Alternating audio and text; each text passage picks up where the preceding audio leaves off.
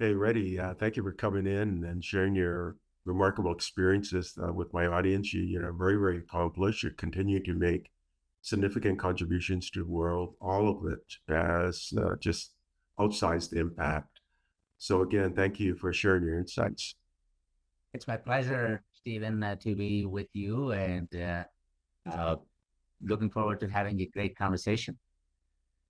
So, Reddy, what were maybe two or three inflection points in your life that made this wonderful career? And it could have been something when you were 3 to 5 years old, or 10, inside the family, outside the family, could have been in school or career wise. Maybe two or three really career shifters for you. A great question, Stephen. I grew up in rural India. I come from uh, very areas where education access was very, very limited. And so what happens is when you grow up in an environment like that, you become very resourceful. And the other thing is when I was very young, my father, he put me in an ashram. I didn't share this with a lot of people, even when my friends, they don't know, but I lived in an ashram for a couple of years. And the Guruji, he met Mahatma Gandhi and he went to jail fighting against the British for India's independence movement. So the turning point, I was very, very young. Literally, I was 8 years old. But what happened was growing up there was it made me very disciplined right from childhood. That's one aspect that goes through my life. And the second one, Stephen, is when after my business school, I went to Columbia to get my business school. I worked at the Intel, very data-driven culture. So the way I think is very data-oriented. Of course, I have a graduate degree in computer science, so having the engineering background, the discipline, and the rigor that comes with very data-driven approaches, it was that's what made me who I am, and it's the threads from the childhood and learnings from Intel. I was there as meaning three product manager and grew through many senior roles, but it's what made me who I am today. So that's really fascinating that, being in this particular kind of environment when you were very, very young, and that gave you a certain aspect of discipline, but then continuing on with Intel, which is very data driven, and in those days, it maybe kind of a difficult environment, right? Because you had to perform, very metrics driven. Just from my past conversations with people who worked at Intel, and then of course you went on to do many other things. So you talked about your education. Were you really interested in tech, even as a young person prior to going to university? Oh, that's it reminds me my childhood again. When I was very young, actually, my father, as I was telling, we did not have a lot of resources in those days, and my father was a small government employee. He didn't have much of education. He didn't even finish high school, and he bought a a radio. In those days, that's not even transistor radios. It was with the tubes. You probably remember. And as a young kid, I was very curious. It's I used to open when my father was not at home. I used to open the radio and see what was all inside, and then how where the sound was coming from. There was a lot of curiosity. And when I decided to go to the engineering school, then, I ended up going into electrical engineering. And then, oh, okay, well, that's, my parents, they connected the dots at that time. But to your question about the engineering and curiosity, uh, later, when I came to the United States to pursue graduate studies, then I was thinking that was in when I was in India. I used to, this was in the 80s when I was going to school, then you used to get these old IBM computers that with punch cards. But when I came to the US, then I was very curious and I pursued masters in computer science and neural networks. This is the class I was taking with Professor Miller, and it got me really curious. At that time, AI was not even on the horizon. And then my professor would say, Reddy, we had a lot of buzz about AI a while back, but I don't know when it's going to become a reality. And I didn't think twice. Oh, well, okay. But what happened was my friend Ben Potter and myself, we wrote a game using Lisp. You remember Lisp programming Right. language in those days to understand the psychological behavior of smokers of all the places. So that's how we started into AI. But then um, uh, at the Intel, the environment was very rigorous, very data driven. There was, you're absolutely right, Stephen. It was, I was Pentium 3 product manager. We had lots of challenges. The product that came, we just moved on to copper technology. We're talking about 26 years ago, almost 25 or 26 years ago. We just moved into copper technology, and there were lots of challenges. And challenges are actually our teaching moments. So my learning about the semiconductor manufacturing and the product and all the design aspects, it was very compressed learning very quickly in 2 years. It was very rigorous. You need to perform, but at the same time, it was a very understanding culture. You could actually you could do a mistake and you're not penalized. This is the great thing in those days about Intel is you're not afraid to experiment. You're not afraid to take risks. And that helped me to grow. That helped the team to learn from the mistakes. And we did extremely well. Pentium 3 was the highest revenue generating product at that time. And we were average selling price was $200, and it was thousands and thousands of dollars and millions of units sold.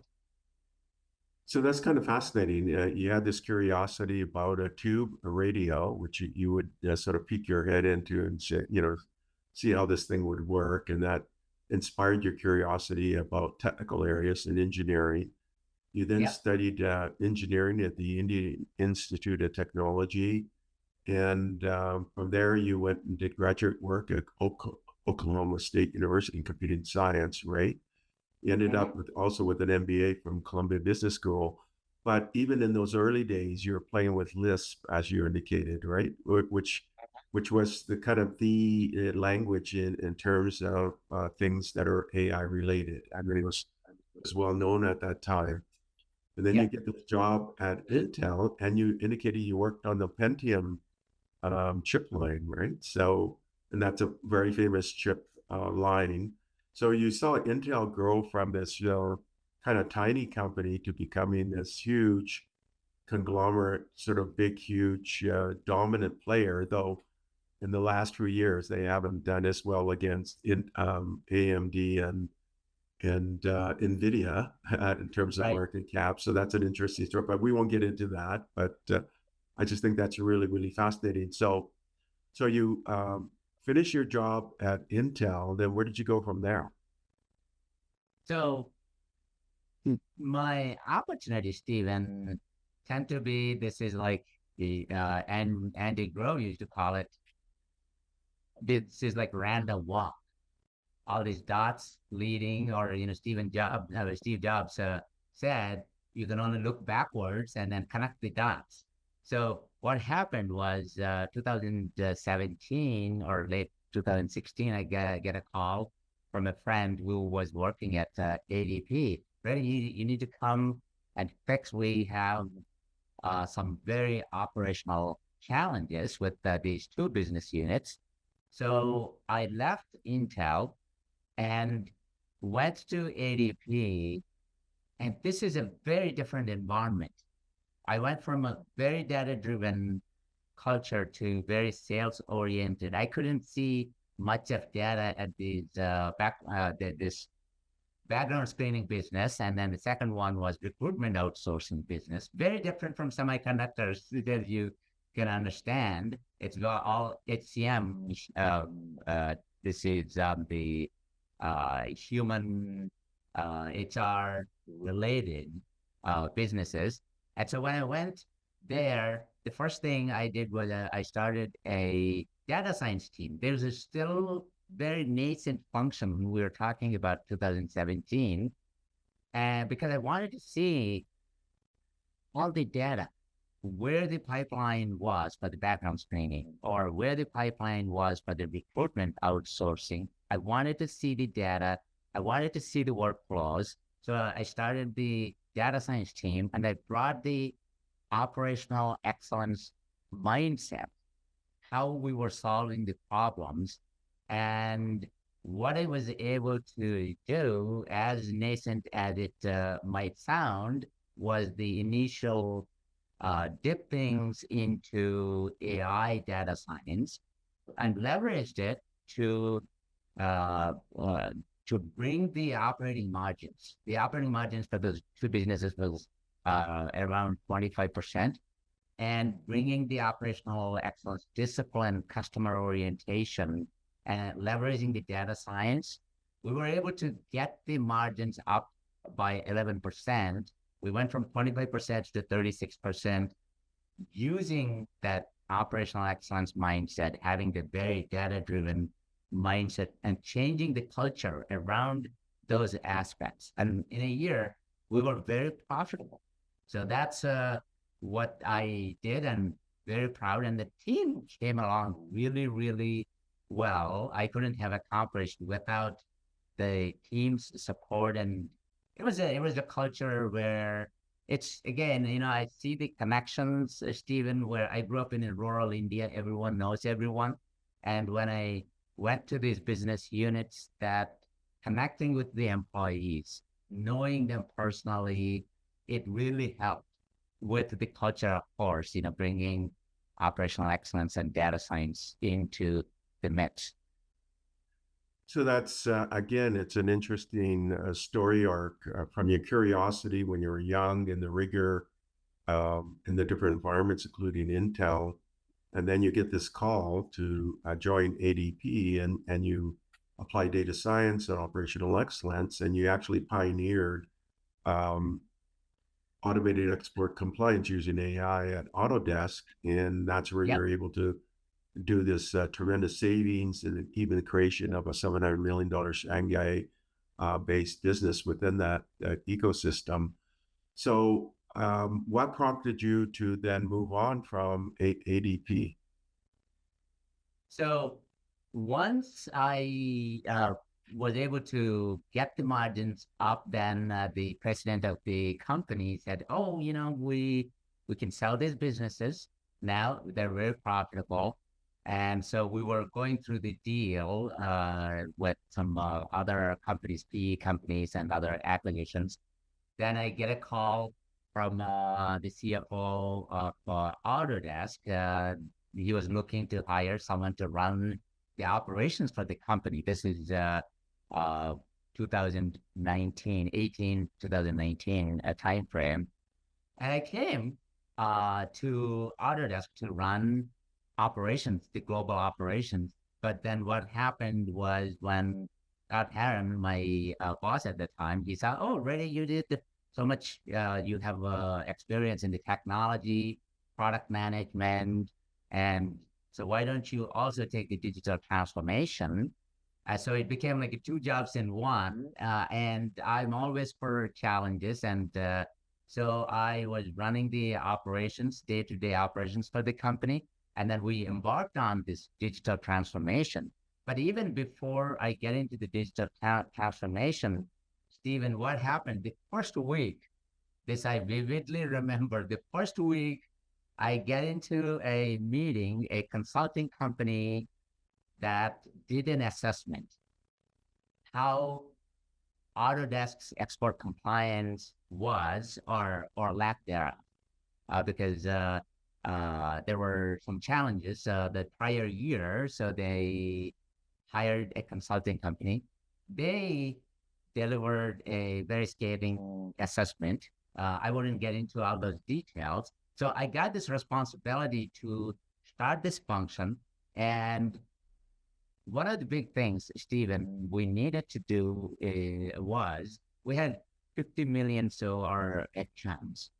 And every time something changes, you need to make sure that we were compliant. So we need to screen all the accounts for export compliance regulations, and if you're meeting those. And it is complex, as you can imagine, the ownership for software and how it is used across the globe. You need to be deciphering that. And so the traditional rules-based engine, that wouldn't work. You have RPA, robotic process automation. It can do some basic things, but you needed AI to find all the layers of ownership of the software and how it is being used. I needed to give the response very quickly because our sales guys would say, "Oh, we can't wait for a week to close this deal." And so we calculated manually at that time, we would have needed 900 plus, 996 to be precise, business analysts to screen all these, and it would take more than a week for any complex accounts. So what we ended up doing was we built our own machine learning models using PyTorch. I mean, you remember PyTorch was there from 2013 or 14, but it was very mature by 2019.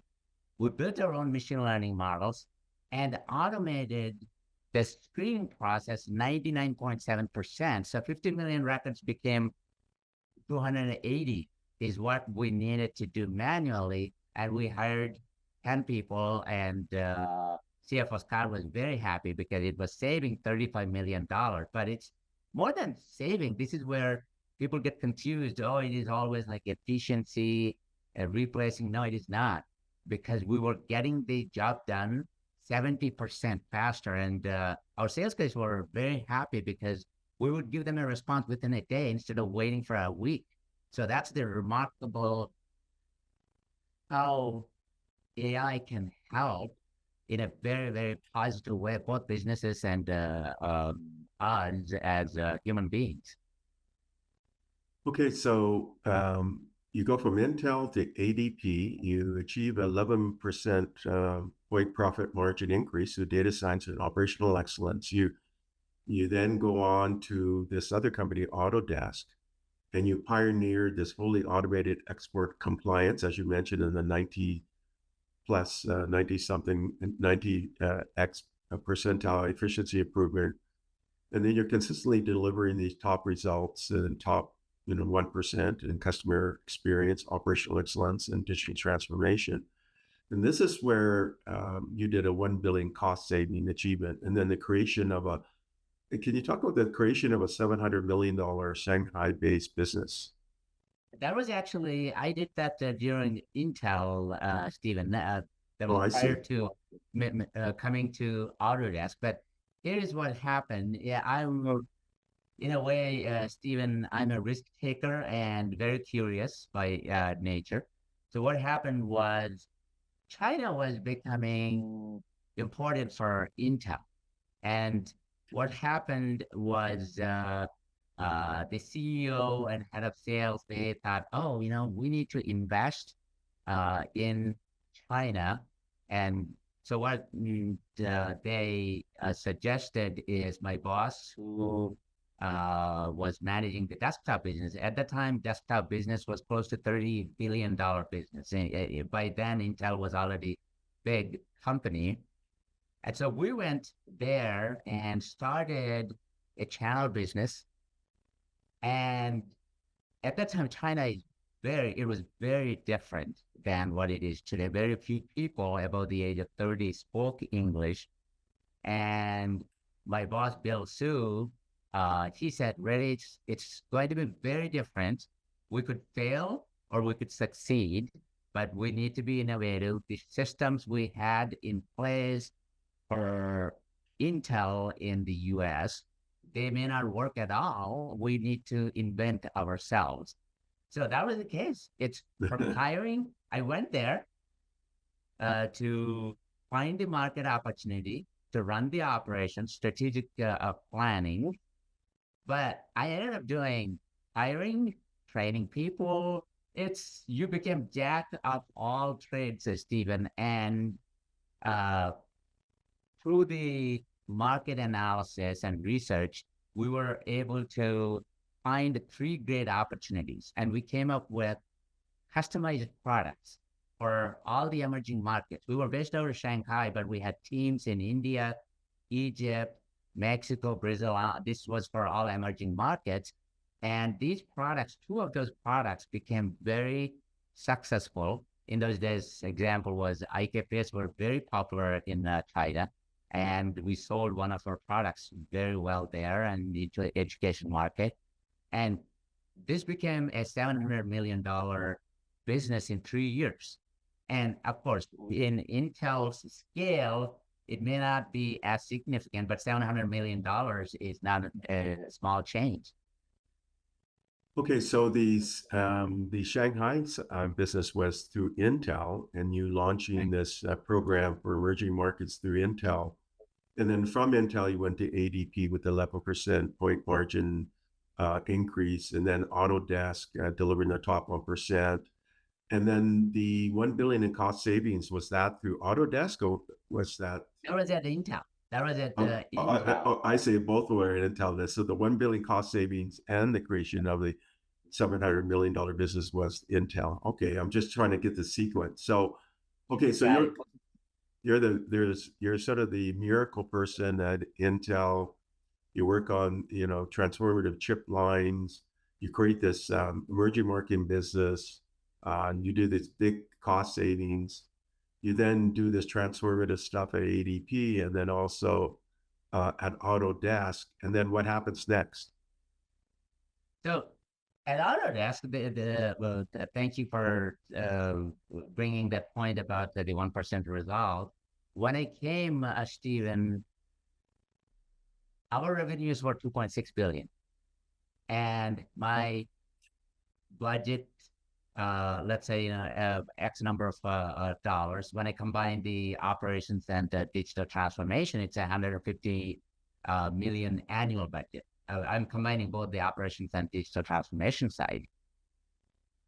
But when I left Autodesk, the business was actually 2x,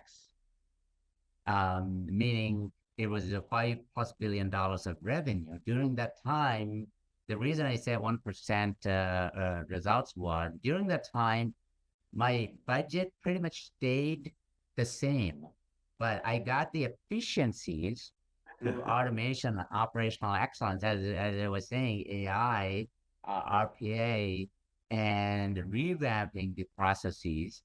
That resulted in efficiency gains. So when we went from 2.6 to 5.2 billion, my budget didn't increase, but we were able to handle 2x work during that time.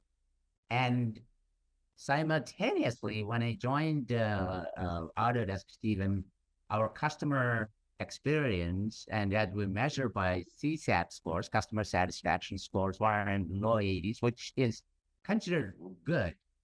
But then when I left, it's actually in 1 year, we reached 90%.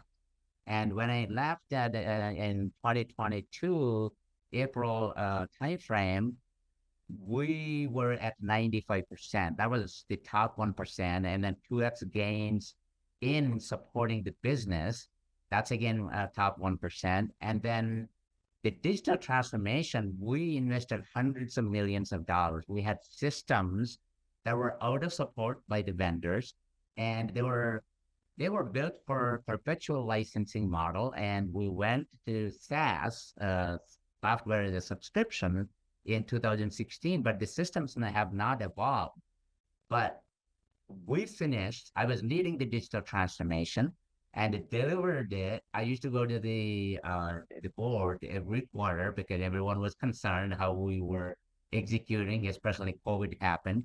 But we delivered on time and on budget. So that's why the 1% I talked about, how we were able to achieve that.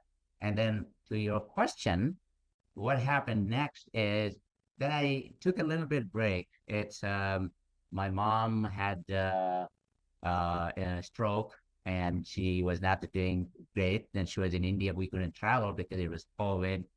And then I decided, oh, I accomplished quite a bit here. I need to take a break and decide what I want to do after spending some quality time with my mom. And I did that for a few months. And then I get a call from a friend who runs this venture capital. And he said, Reddy, we have a venture that's not doing too well. So can you come and help? And then I came and then pivoted the business more towards AI. And then ChatGPT just appeared on the horizon. Of course, you knew all the details way before the world found out, but for most of the people outside Microsoft and OpenAI, it's 22 November is when AI became the reality. ChatGPT was the thing, and by then, this is since I was into AI for some time. What I was doing was I was creating all the use cases, and I created 600 of them because I was working with some clients in healthcare and other industries through this VC firm, and figured, oh, there are so many use cases. It's not just the export compliance or other things I work, but every facet of working workflows you can change. And I was very fascinated. And then I started putting these use cases. And then once the chat GPT came, some of the CEOs, board members, and the CXOs I knew, they were asking, really, it's like you did this. And so any ideas? Then I thought, oh, there's a huge gap here. I understand business and I did projects, hands-on technology. So why don't I combine to help these leaders to understand how AI can leapfrog their business and functions, not just 2%, 5% is continuous improvement mindset, but how can it help leapfrog coming up with new business models and completely change the game. So I wrote the book on AI. It just got published, by the way, and I'm going to announce it in a week on LinkedIn and doing some book tours, Stephen. So that was the journey after leaving Autodesk. So you have this situation with Autodesk, and you achieve remarkable results, and you do a fully automated program within Autodesk. So you're really transforming that organization again. And then you decide, you know what, I need to take a little bit of time for family and so on. And then, and this is during COVID as well. So you then get this offer, almost like a fractional COO or CTO of a venture capital company where I imagine they got maybe portfolio companies that need some kind of help. So what I mean by fractional is that you won't get hired full time, but you can put part-time work into these different companies based on your, kind of CTO, COO kind of background. and Right. transform these startups. And you're doing this in the venture capital ecosystem. And then you realize that you get all of these use cases of applications, and there's a big need for CEOs and CXOs out there who want to now transform their businesses. They know there's this thing called AI, but they just don't realize how to do that. And it used to be that AI was on everybody's radar, but not really. It wasn't Yeah. kind of they didn't think of it in a serious way. And some tried, but it wasn't everybody, right? But then Yeah. in October, November of 2022, when ChatGPT came onto this scene, then people started thinking, oh. And then in 2023, when GPT-4 came out, then people go, oh. And then, of course, Omni Yeah, came out, and exactly. then Anthropic and Google, and everybody said, even Apple now, they're, everything, AI is embedded everywhere. Right. And you realize now there's this really big need in business and how to apply it, how to actually use it. So you write this book, but you didn't name the book. What's the title of the book? Yeah, it is called AI Unleashed, a leader's playbook to master AI for business excellence. Because, I want this to be not AI is not like the next shining object. I don't want that to be seen as, well, this is a technology. It's more than technology. It's not like a cloud. You just migrated from your on-prem servers to cloud, or it's not like a mobile. This is every facet. I don't need to tell you, Stephen. I mean, you have been embedded in this for a long, long time, more than anyone else. Every facet of life, every facet of a company, from HR, from operations, customer experience, engineering, finance, and name any function, every one of them will be impacted. And anyone who is not embracing AI, in my opinion, they will be left behind. Even this was in March of this year. There was a CNBC interview I was watching. Mark Cuban said, "Oh, if you're a CEO, you can't just leave this to the CTO or the tech guys to worry about it. You need to understand it because it impacts every aspect of your business as a CEO and as a leader." And I completely agree with what he said. It impacts every facet of business functions and how we operate. Even if you're not working, even students are using AI these days to enhance their work. Of course, there are other challenges associated with that for schools, how to monitor and safeguard things, but it's a remarkable cross-functional. You can call this more like an industrial revolution of our life. That's how I view AI. So, and you have a background, it really in decades, looking at AI and the application of AI, even on some of the early language like Lisp on AI. And repeat that title of your book again, so that's kind of It's people. Yeah. Excuse Actually, me. can I change my background quickly so I Sure, can yeah, why not? Go ahead. so the title comes let's see where it is. Okay. There you go. It's Okay, it's so it. AI, yeah, and I guess the advantage with you is you've done it. You've actually applied AI for Yes. decades and improving business operations. So, um, who's that? Who's the intended audience for your book? This is any business leader or a technology leader who is in charge of any function. It could be IT function, it could be finance, or it could be you could be a manager who is trying to understand the art of possibility. So if you want to explore the art of possibility, how AI can transform your function, this book is for you. because it gives you the roadmap beyond the fundamentals. It gives you the roadmap to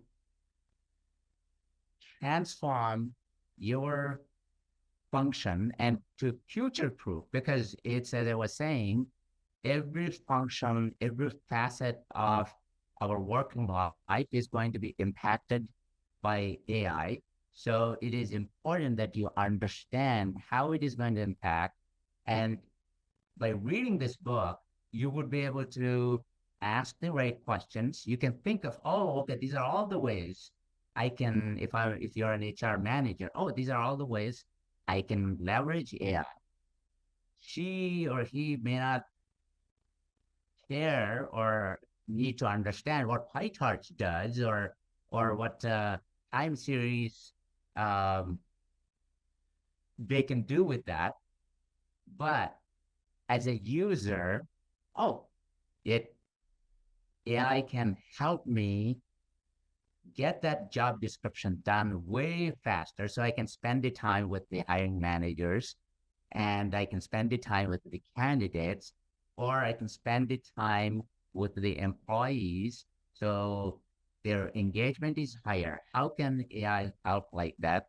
And then if you're in customer experience, how can I take, let's say, how can I take my renewal rates if you're on a SaaS business, uh, from, let's say you're at 70% renewal, that's not a great metric, but then how do you make it 90 plus percent? And your ACP value, the contract value, annual contract value, how can you increase that?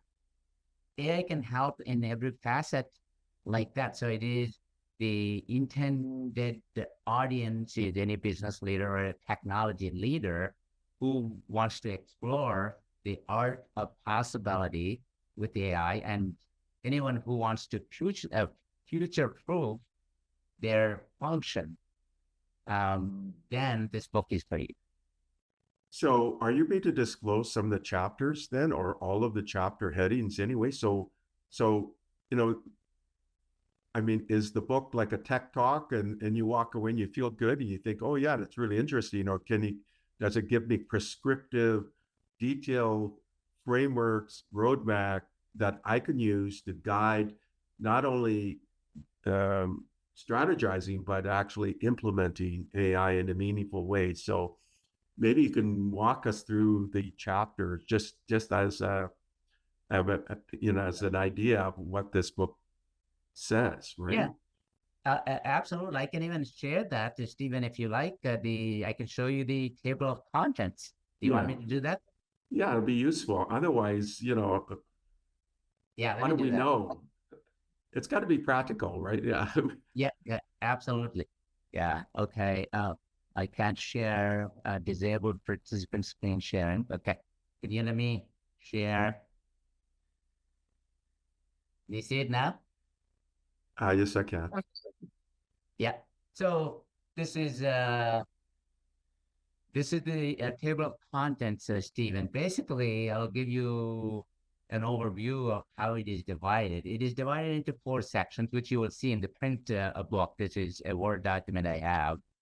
So I give the basics, a little bit of history for those who are curious how it all evolved over a period of time, from John McCarthy at Dartmouth, and how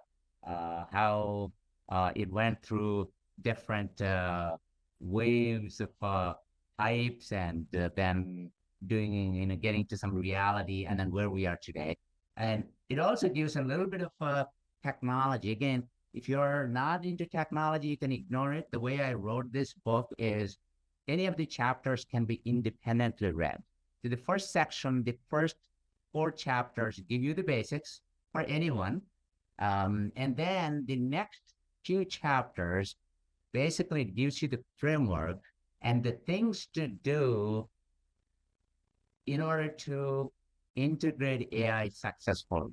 I talk about the strategic framework, all the things you need to care about: data management, the security. How do you make sure that it is ethically doing it? You're developing ethically, and you have all the guardrails, because enterprises, they have to have the security in place. They have to have the right structures in place in order to ensure that their IP is protected and the training is happening without the biases that may be inherent in the data. So it talks about the section 2 talks about how do you do that.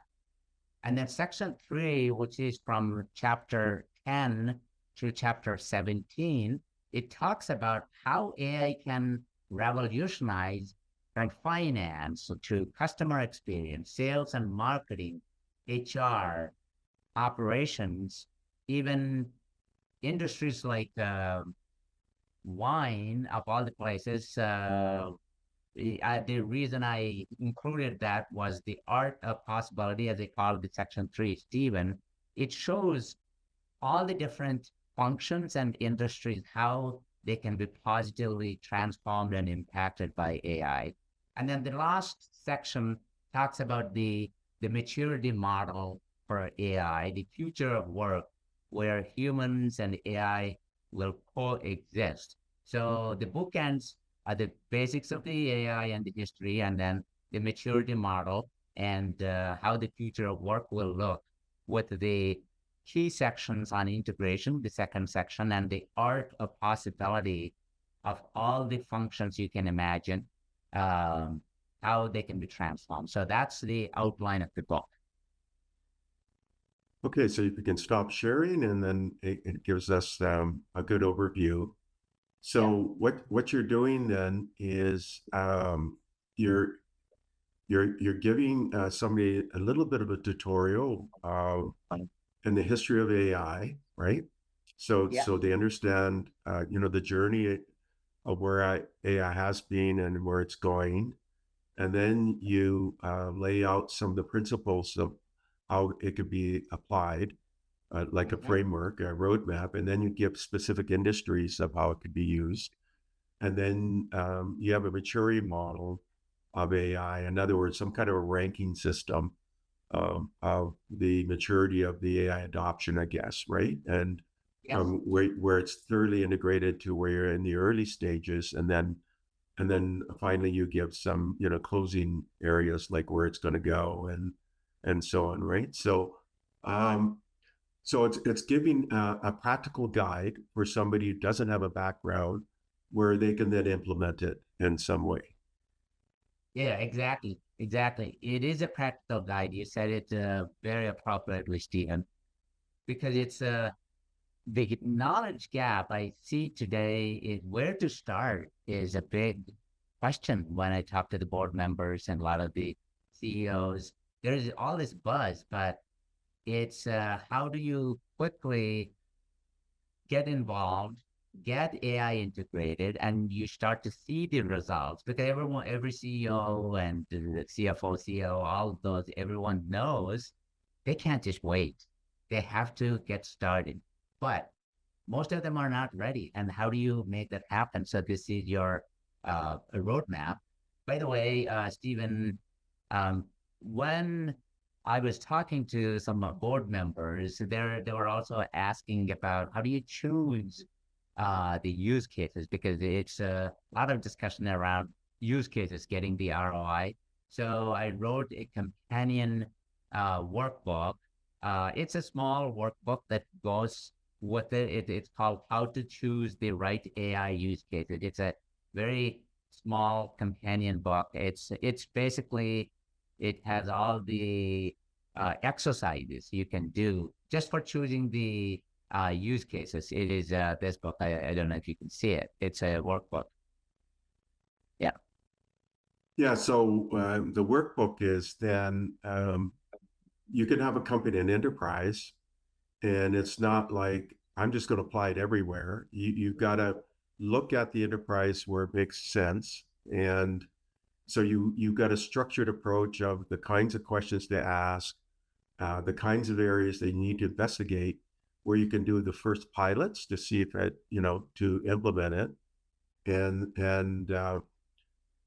I imagine then, as you're looking for things like your existing structure, is it ready yet? If it's not ready, what are the gaps to make it ready to do that pilot? And that would include, as you mentioned, this kind of the security systems in place, the data repositories, what that data looks like. Uh, do you have to clean it up in some way? And then the sort of the first initial applications of AI, and what does that mean in terms of applying it, and then how do you measure that you're getting some kind of meaningful results? And then once you've done that proof of concept pilot process, then you can look at scaling it to other areas. Because now you've got some experience, right? Is that kind of the rough Exactly. flow of it? Yes. Yes. You nailed it, Stephen. Because you can boil the ocean. There are so many use cases across any company, and you can just do, oh, I'm going to do everything simultaneously. You won't succeed. You need to choose these things carefully, evaluate. And so you go through this scorecard system and all the criteria that you tie to your strategic objectives, and you execute it. I give a matrix how you evaluate those things, and then if it meets that criteria, then you go and, oh, let me start the pilots and then learn from the pilots, and then you scale it. Once the pilots give you the results that you're seeking, then you scale it across functions and across the company. Then you see the ROI. If you just go and put 50 million, I'm just going to dump without a plan, that's not a good plan to get the best ROI and best business value. Yeah, so that's really, really useful. Now, we don't have that much time left, so I'd like to get into some of the future of where this thing is going. So, we talked about the fact that ChatGPT got launched in the fall of 2022. Four came out in the spring of 2023, and then 4.0 was released in, let's see here, earlier this year. But not everybody has the full implementation of multimodal 4.0. It's still being in testing. Um, it's going to become GPT next, or whatever they want to call it. That's going to roll out probably in about 2 to 3 weeks. That's my understanding. Right. This thing called Strawberry, which is this ability to do more longer term kind of processing. That's going to be released, and but it may not be so good at quick cook things, but it's better at maybe long term things. And then there's a new model, codenamed Orion, I guess, that's being worked on. And some people are saying maybe it's 100x better, but that'll be sometime next year. So, and NIST has already put out a mandate, and I think the Department of Commerce in the US now is mandating that they have to let them test these models prior to their release, right? To make sure that Yeah. there's the proper safeguards and process and can't be used in a way that's not good for society. So you're seeing that. You're seeing the California Act, you've seen the European Act, different ones already in process on the regulatory side. But let's get into the trends on the evolution of this technology. Um, it looks like scaling is applying the scaling laws. In other words, you have these models, you put data into it, the better it gets. Now they're optimizing that data. They're putting synthetic data, and it's getting better. The more compute you apply, it's getting better. And the scaling laws means that as you continue to apply this, it's just getting better and better.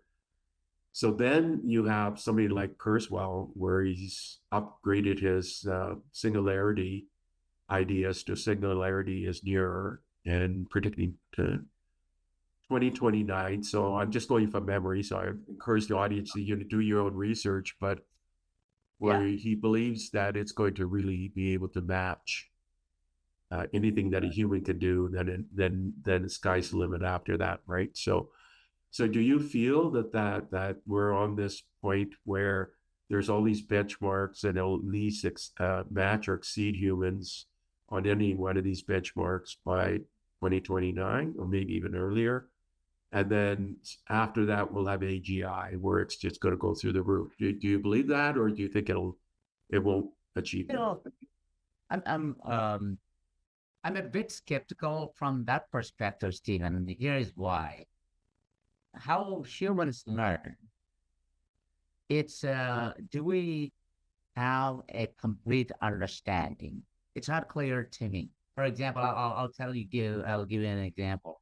So, um, a couple of months ago, I had a little tear in my right eye, and so I had a laser procedure to fix that. But what happens is over a period of time, the brain adapts. Initially it is fuzzy, but over a period of time of weeks, the brain adapts how whatever you have in your eye, the quarters, the all the things that are making you not see well. Your brain adapts. It is so remarkable how it adapts to what is available. Um, and the second thing is we learn from all five different senses in a tactile, and I'm a very visual learner versus how people they hear, they don't like to read, but they learn differently.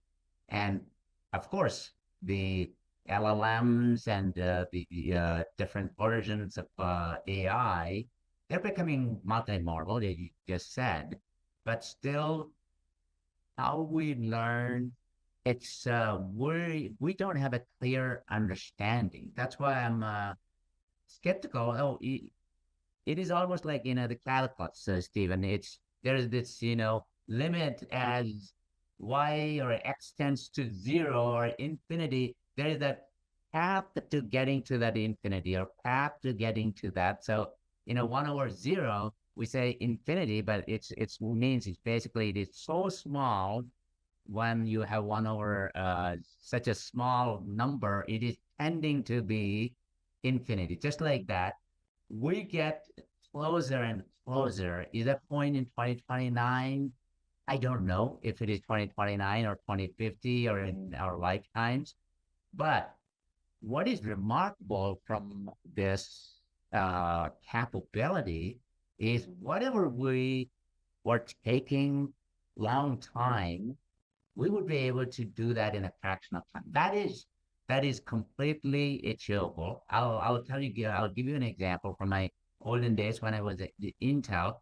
Uh, our PhDs, we have brilliant minds. These PhDs in material science.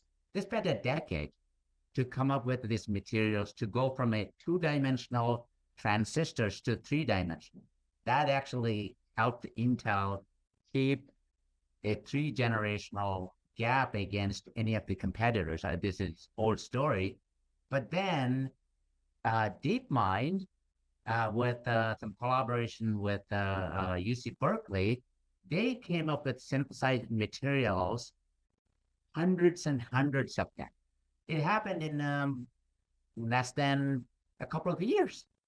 And how fast that is. So the leap from going from a decade to a year or two, that's like 5x.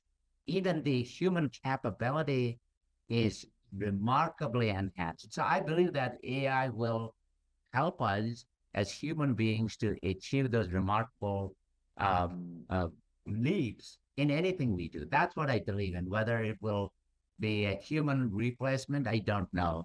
And I'm not smart enough to speculate. It's 2029 or 2035. But I'll take what it gives us and leverage it to help human beings, help businesses. That's my take on it, Stephen. So, Reddy, we're down to our last 2 minutes, just a few minutes here. And I just have one final question, and that is, what are your recommendations to the audience and or questions you want to leave the audience? To the audience, I would say embrace AI. It's not something that you need to be scared. I hear people, there are a lot of questions on their minds, but any technology is neutral.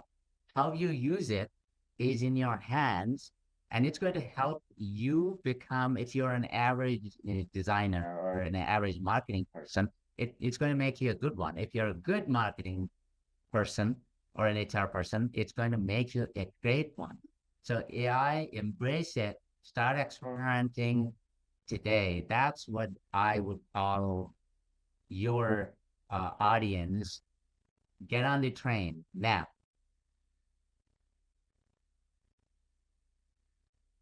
And I mean, you have such a great background, so you realize the implications of this, and you've done it so many times. You repeated this process, and then in researching the book, you come up with many other use cases of practical ways that it can be applied, and you have the background to prove it as well.